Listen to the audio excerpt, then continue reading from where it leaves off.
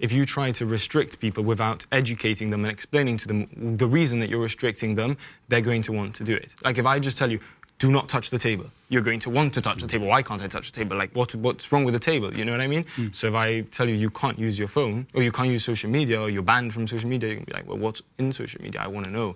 You know what I mean? So it's also about informing people and educating young people on why social media is actually harmful. And once you educate them, I think that people start understanding. I mean, I understand the negatives that it has, and that's why I don't have TikTok, for example. But I'll keep my Instagram because it has positives. Banning it, it wouldn't make a difference tomorrow. I think people would be on still edge. use it. Sorry? People will still use it. People would still use it. People would find ways around it, for sure.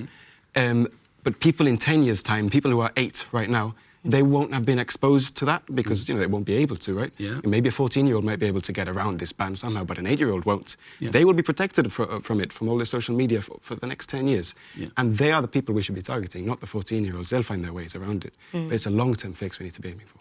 But if you ask people 16 to 24, they are almost, the polling suggests that they are for it, and they tend to agree, and they say that they wouldn't want to give it to their children. And it's very interesting. I've spoken to a lot of students about this in depth, and they say it would be so cool, like it would be if everybody didn't have it.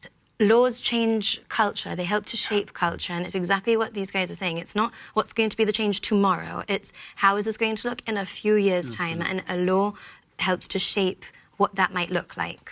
If the technology could be regulated or controlled in such a way that the nefarious, the dangerous, the harmful elements of it could be controlled, then 100% by all means. But that then doesn't that fall should be in the way. line with, the issue is, of course, Western capitalism. The issue is, of course, absolutely right, because as soon as you say, well, maybe what we're going to do is we're going to stop YouTube Shorts, because that's quite an easy, packageable, identifiable feature. You say, YouTube Shorts, off the cards, no more YouTube Shorts for under 6. Oh, hang on, wait a minute, because if I do that, my bottom line gets hit by X%, because these millions of accounts suddenly will no longer be on the platform, and I can't sell the advertising, and I'm losing that revenue. We're constantly chasing content that is shorter, adjusted to shorter attention spans, that is more superficial, that is more punchy, and sort of tries to prey on the vulnerabilities of the frail consciousness and the frail attention span of people now.